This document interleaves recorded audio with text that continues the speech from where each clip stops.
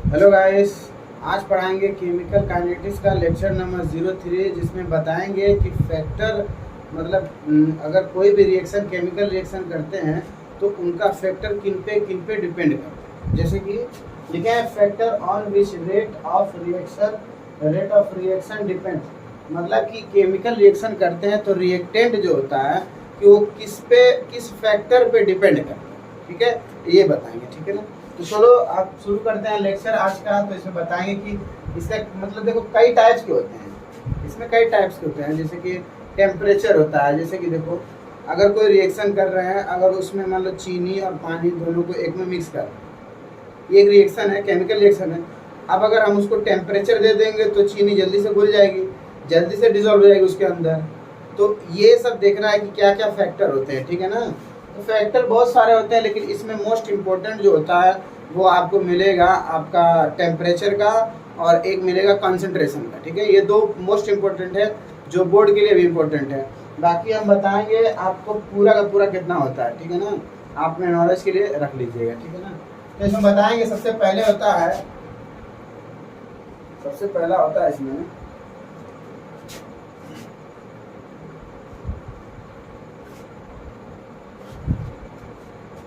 तो चलिए इसे पहला बता देते हैं, नेचर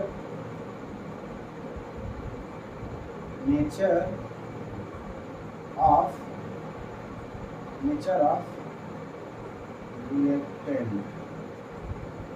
रिएक्टेंट का नेचर क्या होता है। ठीक है ना, तो नेचर ऑफ रिएक्टेंट सबसे पहला से बताएंगे, इसमें ए वाला बताएंगे कि आयनिक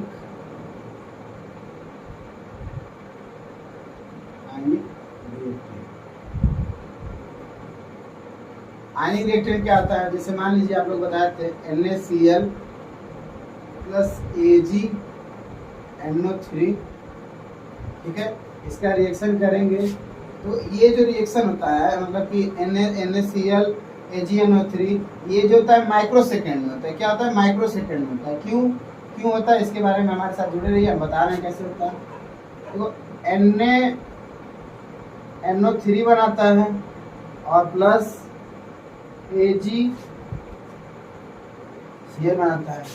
देखो होता क्या है कि NaCl टूटता है तो Na प्लस में टूटता है और Cl माइनस में टूटता है। Ag प्लस में टूटता है तो NO3 माइनस में टूटता है।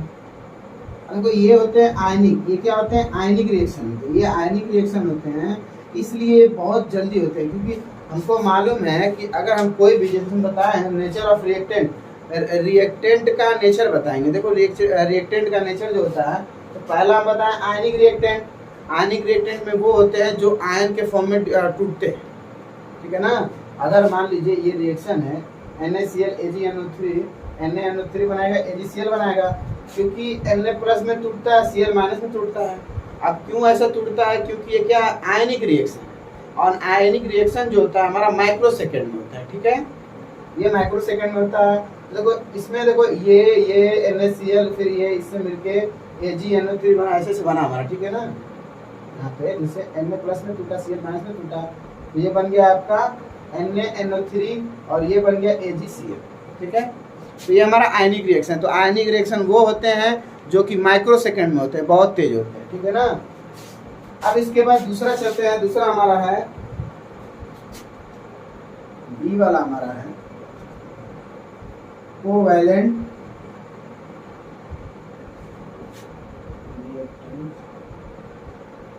रिएक्टेंट। ठीक है ना, रिएक्टेंट। अब कोवैलेंट में क्या होता है, देखो इसका एग्जांपल लेते हैं N2 प्लस 3H2।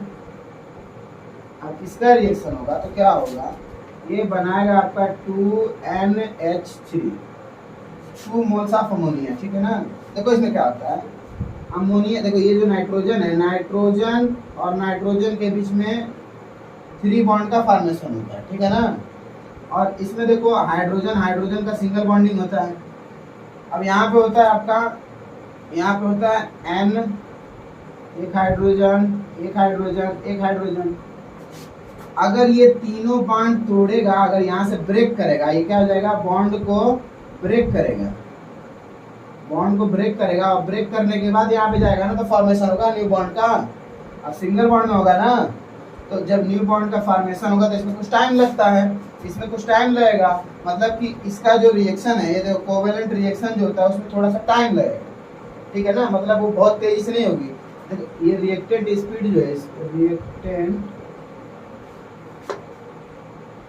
इसका जो रेट ऑफ रिएक्शन होगा ये क्या होगा, थोड़ा सा लो होगा, क्या होगा, लो होगा।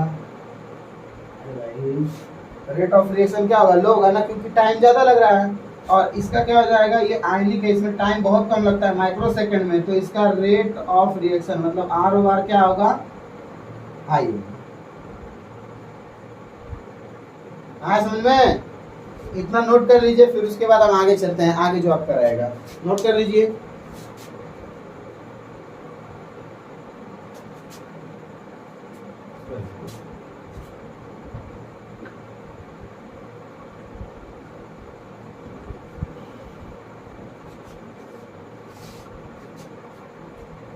अब आता है तीसरा, आता है यानी कि सी वाला, हेट्रोजीनियस एंड, थोड़ा स्पेस देख लेना है, होमोजीनियस हेट्रोजीनियस, उससे तो कोई मतलब नहीं है, होमोजीनियस और हेट्रोजीनियस।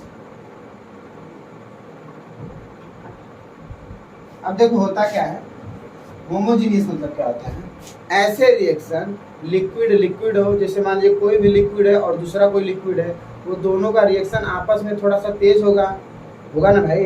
जैसे देखो, जैसे देखो देखो बता दें इधर, देखो ये हो गया मान लो कि लिक्विड के साथ रिएक्शन, और यहाँ पे हेट्रोजीनियस का मतलब होता है अलग, जैसे मान लो लिक्विड का सॉलिड के साथ, समझ में, या फिर सॉलिड का गैस, आदि ऐसे भी आएंगे और भी आएंगे ऐसे। तो जैसे देखो इसमें लिक्विड का लिक्विड से, या सॉलिड का सॉलिड में, मतलब कि जो रिएक्टेंट की प्रॉपर्टी सेम होनी चाहिए, और यहाँ पे रिएक्टेंट की प्रॉपर्टी डिफरेंट होनी चाहिए, ठीक है ना। तो ये बताओ भाई, अगर लिक्विड लिक्विड से रहेगा या फिर गैस का गैस से अगर रिएक्शन करेंगे, तो दोनों रिएक्टेंट क्या है भाई, दोनों सेम प्रॉपर्टी है ना, और ये सेम प्रॉपर्टी होगी तो आपस में क्या कर सकते हैं, बॉन्ड फॉर्मेशन आसानी से बनाएंगे, मतलब ये रिएक्शन थोड़ा जल्दी होगा, क्योंकि इसके मॉलिक्यूल जो होते हैं दोनों के दोनों, जब इसके प्रॉपर्टी सेम है, मटेरियल भी लगभग सेम ही रहेगा, लिक्विड मान लो ये रहेगा, कोई भी लिक्विड रहेगा, तो इसको बॉन्ड फॉर्मेशन में ज़्यादा दिक्कत नहीं होगी, रिएक्शन जल्दी से हो जाएगा। और इसमें लिक्विड है, इसमें ठोस है, लिक्विड के मॉलिक्यूल थोड़े से लूज होते हैं, मतलब थोड़े से ढीले होते हैं, मतलब थोड़ा सा मतलब स्टेबल नहीं रहते हैं, और इसके बहुत ज़्यादा स्टेबल रहते हैं। तो इसका बॉन्ड बनाने के लिए हमको टेम्परेचर देना पड़ेगा, इसमें स्टेबिलिटी ज़्यादा होती है, इसमें स्टेबिलिटी कम होती है, इसमें भी कम होती है, ये रिएक्शन जल्दी से होगा। और ये दोनों स्टेबल होते हैं, ये दोनों स्टेबल होते हैं, फिर भी इनका रिएक्शन इसके साथ आसानी से हो जाएगा, क्योंकि सेम प्रॉपर्टी के हैं, और ये डिफरेंट प्रॉपर्टी के हैं। ये जब तक टूटेगा इसके साथ रिएक्शन में बहुत टाइम लग जाएगा, और ये सेम ही चीज़ है सॉलिड का गैस में, ठीक है ना, क्योंकि गैस के मॉलिक्यूल जो होते हैं बहुत फ्री होते हैं, यहाँ से वहाँ तक क्या करते हैं, जाते रहते हैं, आया समझ में। तो हेट्रोजीनियस जो रिएक्टेंट होते हैं, सॉरी होमोजीनियस रिएक्टेंट जो होते हैं, रिएक्टेंट, और ये जो होते हैं रिएक्टेंट होते हैं, ये रिएक्टेंट ज़्यादा होते हैं, इससे ज़्यादा होते हैं, है ना, क्योंकि ये जो होते हैं कि अगर रिएक्टेंट में लिक्विड लिए हैं, अगर एक तो रिएक्टेंट तो दूसरा भी लिक्विड होना चाहिए, आज समझ में, ये रिएक्शन ज़्यादा जल्दी है, ठीक है। तो इसको नोट कर लीजिए, फिर इसको बेटा क्या कहते हैं, इसमें लास्ट पूछेगा आपका चौथा है ना, rate of reaction proportional to stability stability of product, ठीक है, या फिर ऐसे भी लिख सकते हैं, ऐसे स्टेबिलिटी, इसी को लिख सकते हैं proportional to 1/, stability of reactant, ठीक है। मतलब इसका मतलब होता है रेट ऑफ रिएक्शन स्टेबिलिटी जो होता है इसके डायरेक्टली प्रोपोर्शनल होता है, और रिएक्टेंट के इररिपोर्शनल, मतलब कि उसके 1/2 के, मतलब सॉरी जो रेट ऑफ रिएक्शन होता है स्टेबिलिटी के डायरेक्टली प्रोपोर्शनल होता है, और रेट ऑफ रिएक्शन या फिर स्टेबिलिटी ऑफ प्रोडक्ट क्या होता है 1/ स्टेबिलिटी ऑफ रिएक्टेंट होता है, मतलब इसका उल्टा होता है, ठीक है ना।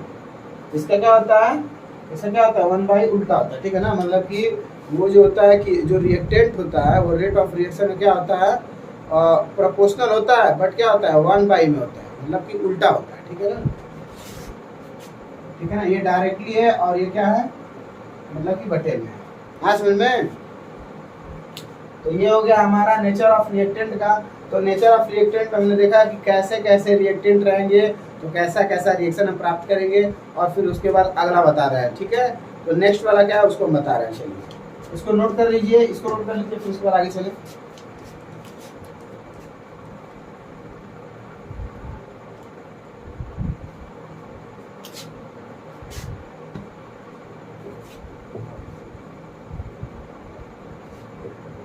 इसको मिटा दें,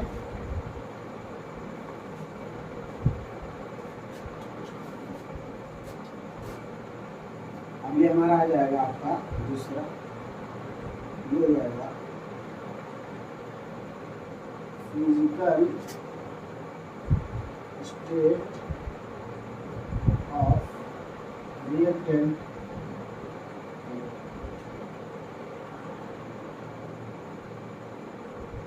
ठीक है ना।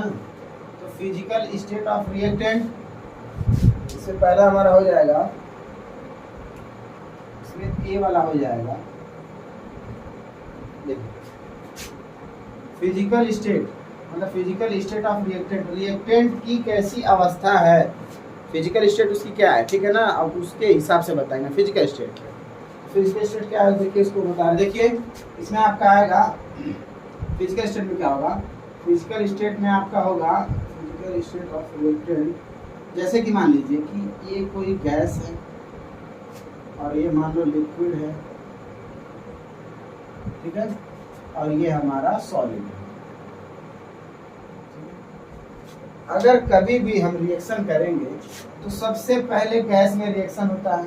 अगर कोई रिएक्टेंट लेते हैं, सपोज दैट मान लो ये सब जो लिए क्या लिए हैं, रिएक्टेंट लिए हैं, रिएक्टेंट लिए हैं, इसमें गैस लिए, लिक्विड लिए, सॉलिड लिए, तो अगर देखा जाए वास्तव में तो सबसे पहले रिएक्शन होगा गैस का, उसके बाद होगा लिक्विड का, और लास्ट में होगा ठोस का, ठीक है ना। क्यों ऐसा क्यों होता है, क्योंकि गैस के जो मॉलिक्यूल होते हैं वो कुछ इस प्रकार के होते हैं, ऐसे, लिक्विड के जो होते हैं वो कुछ इस प्रकार से, इस तरह, और सॉलिड के जो होते हैं वो एकदम अरेंजमेंट में होते हैं, एकदम स्टेबल, इस तरह होते हैं, आज समझ में ऐसे होते हैं। ये मतलब ये गैस का है, ये लिक्विड का है, और ये क्या होता है सॉलिड। इसमें रेगुलर अरेंजमेंट होता है और इसमें रेगुलर नहीं होता है, बिकॉज ये क्या करता है अपनी मतलब किसी भी अगर मतलब इसको बीकर में या किसी भी फ्लास्क में रखें तो अपना शेप चेंज कर लेता है। और गैस जो होता है इसके जो एटम होते हैं वो क्या करते हैं, रैंडम मोशन करते हैं, रैंडम मोशन करते हैं, ठीक है ना। तो इसलिए इनका रिएक्शन जल्दी होता है, और उसके बाद इसका होता है, उसके बाद इसका होता है, ठीक है। तो ये हो गया, इसको आप नोट कर लीजिए, उसके बाद अब आगे चलते हैं, नोट कर लीजिए।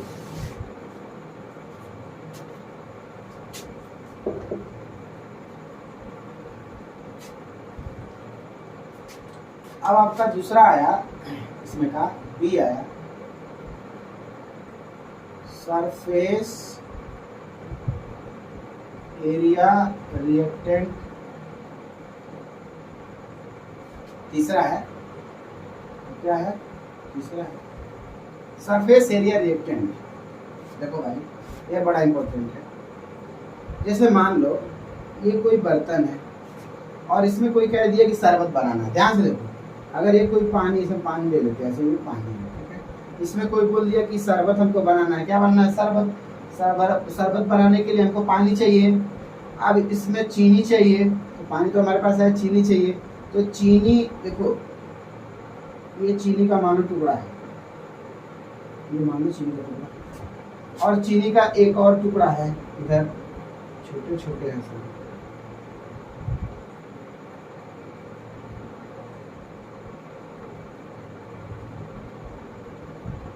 ठीक है। ये क्या है, ये भी चीनी है और ये भी चीनी है। नोट कर लेना इसको, अपनी कॉपी पे उठा के नोट करना है इसको, कॉपी में अपने नोट्स में। देखो इसमें अगर हमको शरबत बनाना है तो ये वाला डालेंगे कि ये वाला डालेंगे, जाहिर सी बात है इसको डालेंगे। क्यों, अब क्यों को बता रहे, रीजन बता रहे हैं। अगर इसको इसमें डालेंगे तो ये जल्दी घुल जाएगा। ऐसा क्यों होता है, क्योंकि अगर जैसे मान लो ये जो होता है ना, एक छोटा सा एटम इसमें लाएंगे, अगर ये छोटा सा लाएंगे तो इसमें जो ये पानी होता है, पानी पूरा सराउंड करता है, इसके सरफेस को क्या करता है, सराउंड करता है। जैसे चीनी का मान लो इतना बड़ा क्यूब है या छोटा सा क्यूब है, तो पानी उसको क्या करता है, पूरी तरह से उसको सराउंड करता है, चारों तरफ चक्कर लगाता है, ठीक है ना। तो उसके देखो इसका सराउंड किया तो ये थोड़ा जल्दी जल्दी घुलेगा। अब मान लो हम इसको डालते थे तो यहाँ पे सराउंड करेगा तो ऊपर ऊपर करेगा, लेकिन क्या ये अंदर के पार्ट बच जाएंगे ना, ये सब इसके अंदर के मॉलिक्यूल को तो दिखाई नहीं देगा, ये तो बेसिकली इसमें छुपे रहेंगे। अगर पानी इस तरह सराउंड करेगा तो अंदर के जो मॉलिक्यूल हैं वो क्या रहेंगे, ऐसे छुपे रहेंगे, वो उसमें तो कुछ होने वाला नहीं है। तो अगर इसको रिएक्शन, देखो इसमें रिएक्शन भी स्लो होगा, है ना। अगर पानी वाटर जो होता है इसको सराउंड करेगा तो साइड साइड के देखो ये कुछ टाइम बाद ऐसा होगा, तो इनको बता रहे हैं कैसा होगा,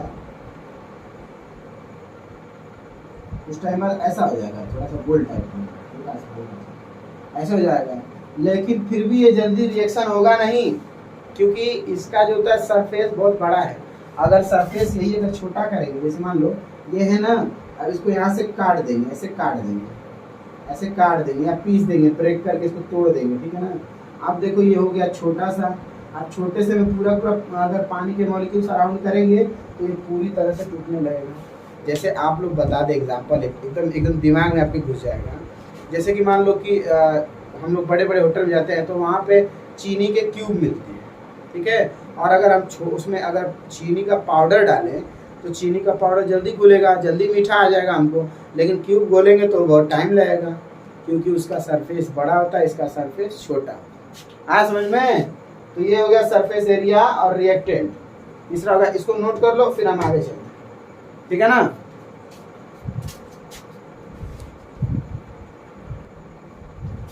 ठीक है,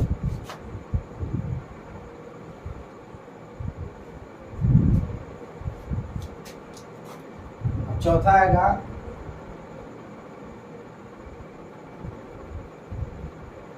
कैटलिस्ट। अब कैटलिस्ट क्या होता है, कैटलिस्ट वो होता है जो रिएक्शन की स्पीड को या तो बढ़ा दे या तो घटा दे, ठीक है। जैसे कि देखो हम एग्जांपल के तौर पे आपको बताते हैं अच्छे से। जैसे कि मान लीजिए इसका पहले डेफिनेशन लिख रहे हैं, आपको लिख दें definition.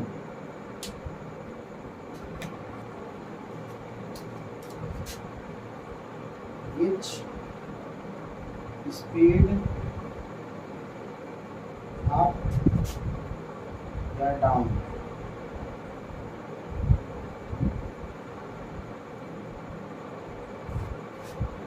the rate of chemical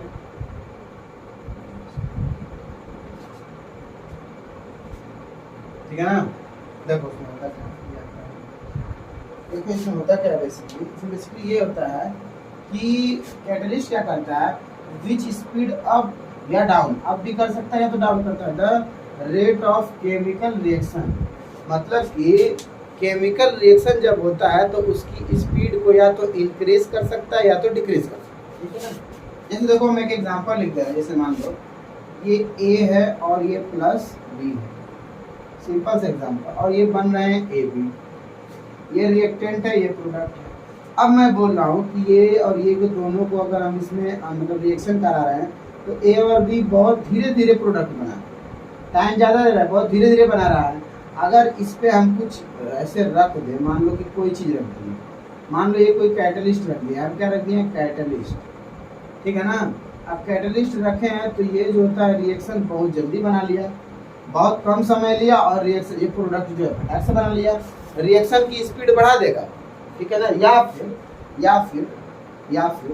ये इंक्रीज कर रहा है, क्या कर रहा है, इंक्रीज कर रहा है, और ये पहला है। और मान लो एक और एग्जांपल दे रहा है इसीलिए, ये मान लो कि 2a है और प्लस 3b है, और ये बना रहा है 5c बना रहा है। अब ये रिएक्शन बहुत फास्ट हो रहा है। अगर इसमें कोई कैटलिस्ट जोड़ दिए, ठीक है ना, इसमें स्मॉल कोई कैटलिस्ट अगर जोड़ दिए, इसमें लगा दिए, उसके प्रेजेंटेशन में ये रिएक्शन करा है, तो ये इसकी स्पीड को क्या कर देगा, डिक्रीज कर देगा, ये इंक्रीज कर देगा, है ना भाई, क्योंकि ये रिएक्शन स्लो हो रहा था, जैसे कोई कैटलिस्ट लगाए तो ये रिएक्शन को स्पीड इंक्रीज कर दिया, स्पीड क्या कर दिया, बढ़ा दिया। और ये जो है बहुत फास्ट हो रहा था, जब इसमें कोई कैटलिस्ट डाला तो ये रिएक्शन को क्या कर दिया, रिएक्शन स्पीड को कम कर दिया। आया समझ में, मतलब कि कोई रिएक्शन हो रहा है, बहुत तेजी से हो रहा है, और उसको कम करना है तो कोई कैटलिस्ट डाल देंगे तो रिएक्शन कम हो जाएगा। अगर कोई रिएक्शन बहुत तेज हो रहा है, कोई कैटलिस्ट डाल देंगे तो रिएक्शन आपका बहुत स्लो होगा। आया समझ में। और याद रहे कि कभी भी केमिकल रिएक्शन होता है तो उसमें कैटलिस्ट जो होता है पार्टिसिपेट नहीं करता है, वो अलग से मतलब सिर्फ काम करता है, लेकिन पार्टिसिपेट नहीं कर सकता, ठीक है ना। तो ये था आपका डेफिनेशन, नोट करिए इसको, याद है इसको।